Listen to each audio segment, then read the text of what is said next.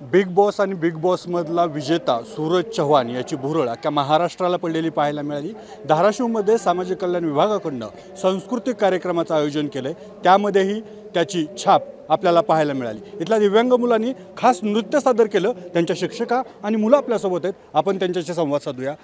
काय नृत्य सादर केलं होतं आणि हेच का निवडलं, कारण काय? नमस्ते सर, मी नागनाथ निवासी मध्यमंद विद्यालय खानापूर या शाळेची कला शिक्षिका आहे।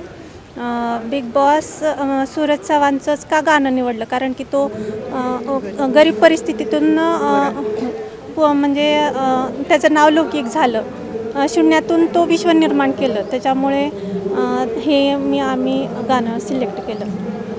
तुम्ही हे गीत सादर करत असताना विविध गीतावर सुद्धा तिथून नृत्य विद्यार्थ्यांनी केलं।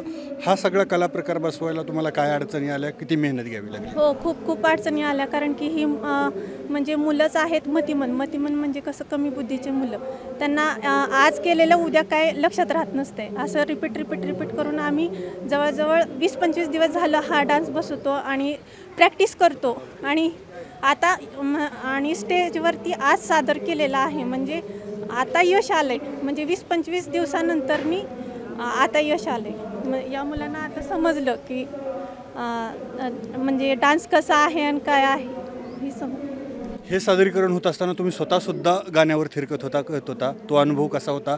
स्टेजवरलं त्यांचं सादरीकरण आणि तुमचं त्यामध्ये इन्व्हॉल्वमेंट? स्टेजवरचं सादरीकरण म्हणजे या मुलांना मतिमंद मुलं आहेत, म्हणजे स्टेज समोर सुद्धा आपल्याला नाचावं लागते, आपलं बघूनच ही मुलं करणार आहेत।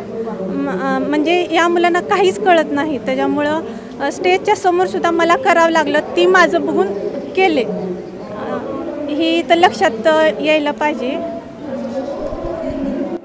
ज्या बिग बॉस सूरज चव्हाणच्या गाण्यावर मुलं नाचली, ती सगळी ही बिग बॉस आपल्यासोबत आहे, दिव्यांग मुलं आहेत आणि त्यातला मुख्य म्हणजे सूरज चव्हाणचं पोस्टर हातात घेऊन तो उभा आहे, शून्यातून विश्व निर्माण करणारा बिग बॉस विजेता सूरज चव्हाण। आणि आजच्या गाण्यातला हा बिग बॉस आहे। काय भावना आहेत तुझ्या? कसं सादरीकरण केलं? किती दिवस झालं तुम्ही सराव करत? सगळीच म्हणजे तीच त्याचा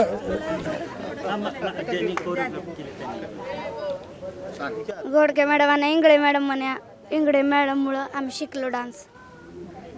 कुठल्या गाण्यावर डान्स केला? कुठल्या गाण्यावर डान्स केला? झापूक झुपूक पाखरा आणि तुला काय सोनं लागलंय का आणि ललाली लहलला। ही सगळी मुलं आहेत तिथं, वेगवेगळ्या गाण्यावर एकत्ररित्या हे नाचत होती। आता तुमच्यातलं कोण बोलणार, कोण भावना सांगणार तुमच्या?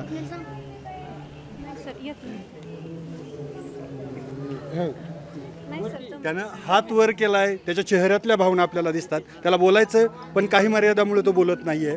ही सगळी मुलं आहेत, दिव्यांग मुलं आहेत, यांनी अतिशय सुंदर असं सादरीकरण केलेलं आहे। प्रत्येकाला बोलायचं आहे, त्यांच्या चेहऱ्यावरला आनंद आहे, त्यांचे एक्सप्रेशन आपण पाहतोय की त्यांना बोलायचं आहे। मॅडम त्यांनी शिकवलं, दिलं ते झापूक आनंद मिळाला, जे कधीच केलं नव्हतं ते आज केलं, जे कधीच केलं ते आज केलं। मॅडम आहेत, त्यांना आणखी काहीतरी थोडंसं सांगायचं आहे। म्हणजे आमच्या या इंगळे मॅडम आहेत, या मॅडमनी पण खूप मोलाचं मार्गदर्शन दिलं, खूप मार्गदर्शन केलं। काय सांगाल मॅडम, आजचं हे सगळं गीत सादरीकरण बघितल्यानंतरच्या भावना? सर, याच्यातून एकच संदेश दिला जाईल की गरिबांना तुच्छ लेखू नका, तुम्ही दिव्यांग मुलांना तुच्छ लेखू नका, आणि गरीब एक मुलगा सूरज चव्हाण काय करू शकतो हे आम्हाला फक्त सादरीकरण ह्या गाण्यातून करून सर्वांसमोर दाखवून द्यायचं, एवढाच उद्देश होता। तर सूरज चव्हाणची छाप या गाण्यावर पडली आणि सूरज चव्हाणचे सगळे हे चाहते आपल्यालाही शून्यातून विश्व निर्माण करायचं ही भावना त्यांच्यामध्येही आहे। आप्पासाहेब शेळके, एबीपी माझा, धाराशिव। एबीपी माझा, उघडा डोळे बघा नीट।